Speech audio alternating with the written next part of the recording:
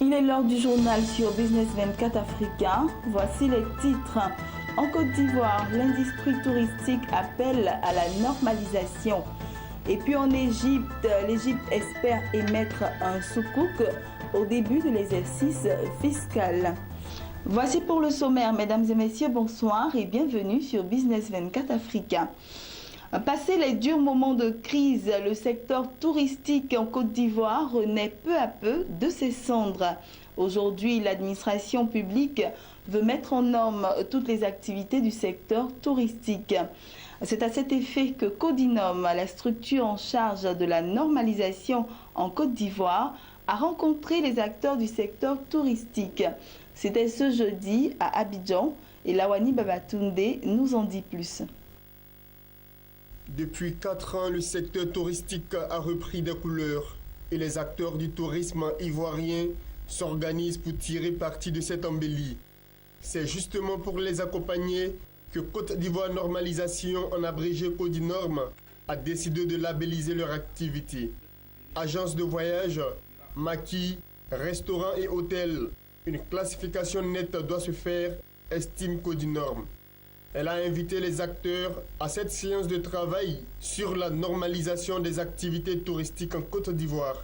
On vient d'instituer, de mettre en place le comité technique CT27 sur le tourisme et services connexes. Donc ce comité aura en charge bien sûr de prendre toutes les problématiques du secteur. Ce comité a fixé un certain nombre de grandes orientations. Il a aussi mis en place des différents organes, notamment 6 organes, structurer son organisation pour aborder toutes les thématiques concernant aussi bien l'hébergement, l'hôtellerie, les questions d'artisanat d'art, les questions de tourisme durable. Donc il y a 6 sous-commissions aujourd'hui qui sont mises en place, qui ont été recommandées fortement par le comité technique et qui auront en charge bien sûr de travailler sur toutes les problématiques de la normalisation dans le secteur.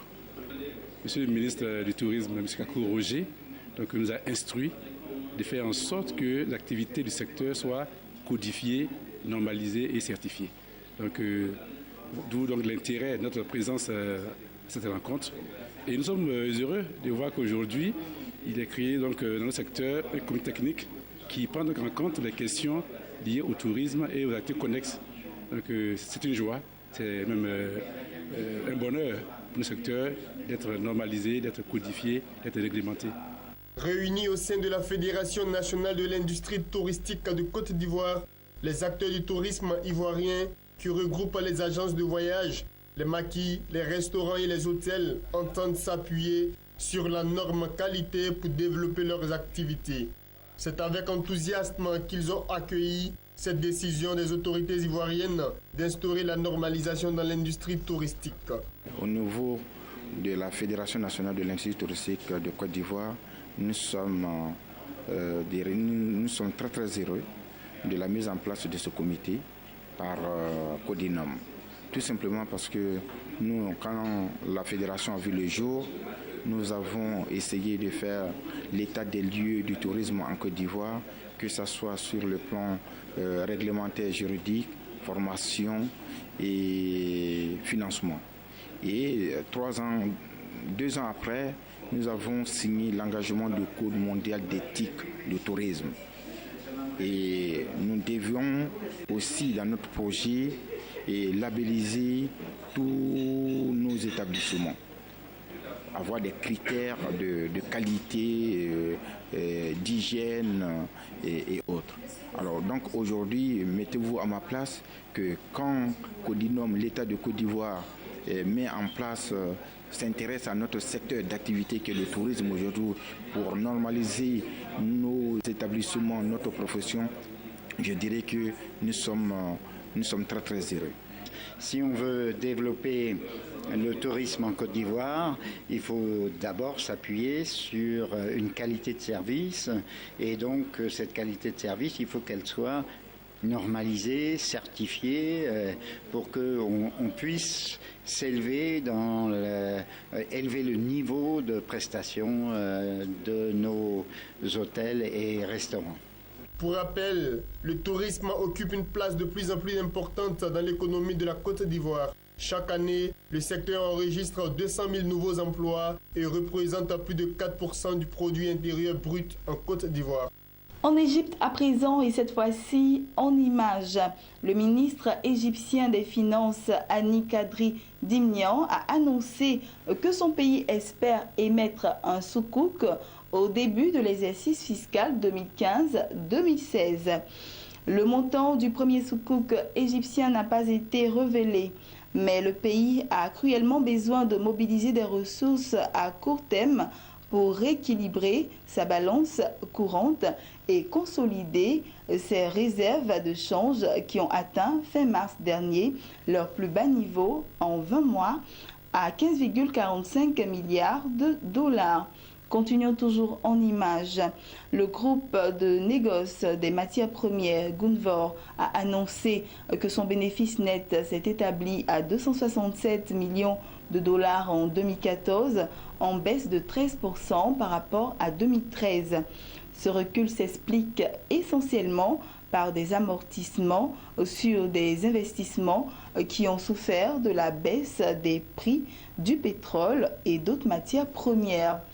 Le chiffre d'affaires du groupe basé à Genève s'est contracté de 2,9% à 88 milliards de dollars, ajoute l'entreprise, indiquant que le volume de produits traités a augmenté de 5%, profitant notamment de l'arrivée dans le portefeuille des métaux industriels. Voilà, il est l'heure de l'économie en bref dans le monde. Suivez. BNP Paribas a dépassé les attentes au premier trimestre, profitant notamment de la baisse de l'euro et du dynamisme de ses pôles opérationnels.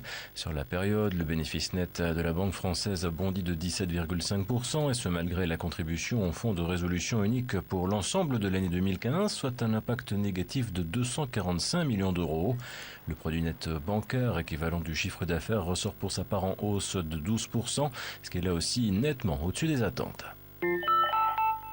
Le géant allemand de la chimie BASF a lui fait état ce jeudi d'une hausse de ses ventes, mais d'un recul de son résultat net au premier trimestre, du fait d'éléments exceptionnels venus plomber ses comptes. En cause notamment un gain exceptionnel l'an dernier qui ne s'est pas répété, la constitution de provisions.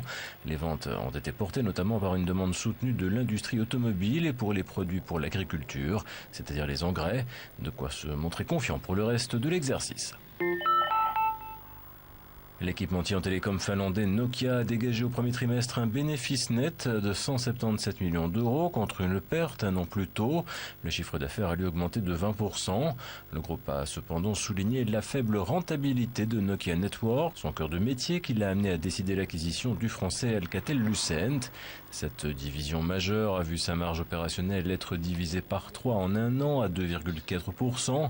L'activité haut débit mobile, qui représente 52% des ventes de Nokia Networks, a même accusé une perte opérationnelle. Sony espère enfin que le pire est derrière lui. Le fleuron nippon de l'audiovisuel grand public a certes fini dans le rouge son dernier exercice, mais la perte est moins importante qu'attendue. Le chiffre d'affaires est même en hausse de 6% grâce aux effets de change positifs. Si Sony affirme que le pire est derrière lui, tous ses soucis ne sont pas pour autant terminés. L'activité des smartphones et tablettes, responsable de la perte nette de l'an dernier, continue de lui causer des ennuis, heureusement compensés par la bonne tenue des activités jeux vidéo et capteurs photo. Zéro, le taux d'inflation de la zone euro est de 0%. L'eurozone est donc officiellement sortie de la déflation en avril, après avoir connu 4 mois de baisse des prix. C'est du moins ce qui ressort des derniers chiffres d'Eurostat, l'Office européen des statistiques. La Belgique s'en sort un peu mieux que la moyenne de l'eurozone.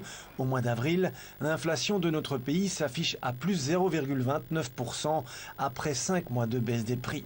Cette hausse est essentiellement la conséquence de la dissipation de l'effet de la réduction de la TVA sur l'électricité, passée de 21 à 6% en avril. Plusieurs facteurs continuent cependant à peser sur l'inflation en eurozone, notamment la très lente décrue du chômage. Le taux de chômage s'est établi à 11,3% en mars, inchangé par rapport à février. 4 heures du matin, Paulino part pour une nouvelle journée de travail. Cela fait plus de 3 décennies qu'il ramasse des tomates dans les champs du nord du Mexique. Et à 72 ans, il n'est pas encore proche de la retraite. Avec les 150 pesos qu'il gagne par jour, environ 7 €, impossible de mettre de l'argent de côté. Tout est cher, 3 sacs de courses et il n'y a plus d'argent. Si vous buvez une bière, vous ne pouvez plus rien acheter d'autre. Je ne fume pas, je ne bois pas et même comme ça, je ne m'en sors pas bien. Ils sont environ 80 000 dans la région à se courber tous les jours sous le poids des caisses de tomates. Pour recevoir 7 €, il faut en rapporter 700 kilos. S'il arrive à en prendre 3 tonnes, le salaire peut monter à 15 €. La plupart de ces travailleurs journaliers n'ont ni contrat ni sécurité sociale. Même comme ça, ce ne sont pas les plus mal lotis. Les cueilleurs de fraises ne gagnent eux que 2 € par jour. Ici, presque personne n'a l'espoir de s'en sortir un jour. Ici, tu travailles jusqu'à la mort. Beaucoup sont venus et sont morts ici. Je pense que ça va m'arriver aussi. Je n'ai même pas assez d'argent pour rentrer chez moi. En mars dernier, des milliers de travailleurs agricoles ont manifesté pour réclamer de meilleures conditions. Ils ont obtenu une augmentation de 15% de leur salaire, encore insuffisant. Après de nouvelles protestations récemment, le gouvernement de la région a promis d'examiner leurs demandes, mais les propriétaires d'exploitation ne semblent pas enclins à céder davantage.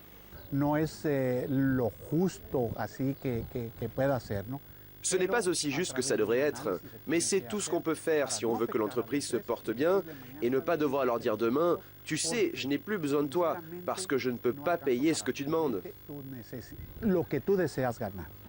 Leur extrême précarité les a obligés à reprendre le travail, mais pour la première fois, ces travailleurs agricoles ne tiennent plus sous silence ce qu'ils appellent l'esclavage moderne. Et c'est ici que nous mettons un point final à ce temps d'information. Bonne suite de programme donc sur Business 24 Africain et surtout portez-vous bien.